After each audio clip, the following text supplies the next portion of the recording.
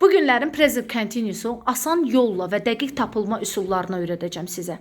Deməli, indiki davam edici zaman present continuous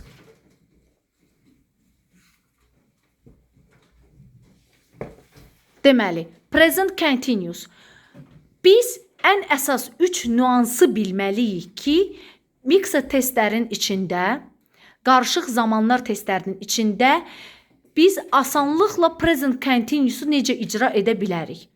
Sizin əgər cümləniz dialoq tiplidirsə, dialoq tipli dərkən, yəni sual-cavab tipli cümlədirsə, dialoq tipli. Yəni, bu nə deməkdir? Sual, cavab tipli cümlələrdə adətən indiki davam edici zaman istifadə olunur. Əgər cümləniz dialoq tiplidirsə, bu zaman siz present continuous am, is, are, üstə gələk feil, ing sonluğu ilə olan feili istifadə edə bilərsiniz. Present continuous indiki davam edici zaman to be'nin am, is, are strukturu yazıram bura. Am, is, are üstə gələk feil olur və bu feil sonluğu isə ing ilə bitməlidir, mütləqdir. To be özü o qədər qüvvətli bir qaydadır ki, əmizar olan cümlədə sualı da, inkarı da əmizarın özü yaradacaq. Cavabı da əmizarın özü qaytaracaq. Və əgər dialoq tipli cümlələrdə, sual-cavab tipli cümlələrdə siz sualı əmizardan istifadə edərək, ing-li feildən istifadə edək qurub, cavabı da elə, yenə də indiki zamanla qaytaracaqsınız. For example, where is your son? Sənin oğlun hardadır? He is playing in the yard now. O indi həyətdə oynayır. Where is your son? He is playing in the yard now. O indi çöldə, həyətdə oynayır. Görürsünüzmü? Burada sual, cavab tipli cümlədir. İkincidə adətən feil gəlmiş cümlə feil ilə başlayır və sonluğu nida işarəsi ilə bitirsə bir növ əmr cümləsidir və əmr cümlələrini görən zaman siz mütləq şəkildə indiki davam edici zamandan istifadə etməlisiniz. For example, listen, qulaq as. The teacher is speaking now. Deməli, siz gördünüz ki, bu tipli cümlə var. Feil, sonra nida işarəsi qoyulur. Bu zaman mütləq şəkildə ayrı alternativiniz yoxdur. Mütləq və mütləq indiki davam edici zaman seçilməlidir belə cümlələrdə. For example, listen, the teacher is speaking. Dinlə, müəllimə indi danışır. Bu hissə olmayacaq. Bunu siz testlərin variantlarından gətirəcəksiniz. Bunu da bizə bəlli edən bu cümlədə əmr tipli feilin gəlməsidir. Üçüncü, əgər sizin cümlənizdə now, nowadays, still, today,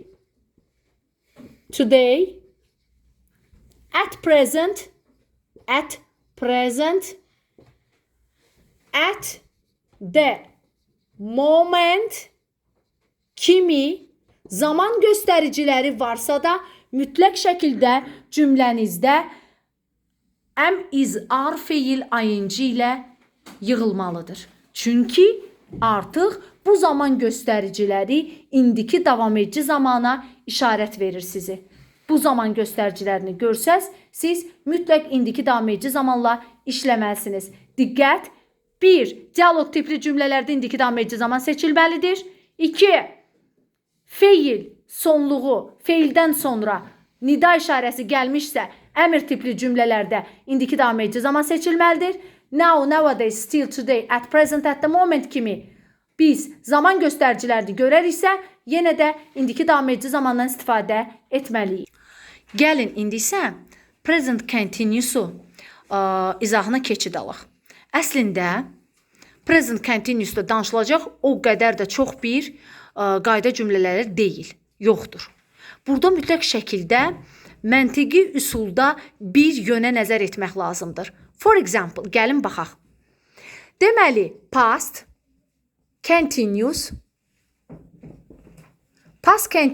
da keçmiş davam edici zamanda was, were, to be'nin keçmiş zaman forması, üstə gələk feil və üstə gələk ing sonluğu ilə bitməlidir. Mütləq şəkildə. Yenə də to be var və sualı, inkarı, cavabı was, were ilə veriləcək. To be olan cümlədə başqa köməkçi feilə ehtiyac yoxdur. Və diqqətli olaq nəyə? Mən buradan yazıram past simple və bu hissədən yazacağım past continuous. Past continuous. Baxın. Past simple-la past continuous-u niyə belə yazdım? Çünki past continuous-un özünə aid ayrıca zaman göstəriciləri yoxdur. Biz past simple-ın zaman göstəricilərindən əvvəl dəqiq vaxt yazmaqla past continuous-u quracaq. Məsəl üçün, yesterday hara aiddir? Past simple-a. Last yenə də past simple-a. Last week for example. İndi baxın bura. Biz yesterday'dən əvvəl dəqiq vaxt yazıb past continuous-a zaman göstəricisi edəcəyik. Last week-dən əvvəl dəqiq vaxt göstərib biz past continuous-a zaman göstəricisi olaraq verəcəyik. For example, bura yazıram. At 5 o'clock yesterday. At 5 o'clock yesterday. Deməli, sadə yesterday görəriksə də biz past simple-dan işləyəcəyik. At 5 o'clock yesterday görəriksə biz past continuous-dan işləyəcəyik. İndi last week-dən əvvəl yazıram. For example, at 7 o'clock last week. Diqqət. Keçən həftə saat 7-də. Keçən həftə saat 7-də, saat 7-dirsə, last week-də biz qoymalıyıq past continuous. Amma boş last week gəlsə, biz past simple yığacaq bura. Və at that time yesterday. At that time yesterday. Burada yesterday'dən əvvəl nə görsənir? Dəqiq vaxt. Deməli, əgər keçmiş sadə zamanların zaman zərflərindən əvvəl dəqiq vaxt qoyularsa, mütləq şəkildə həmin cavablarda past continuous, keçmiş davam edici zaman seçilməlidir.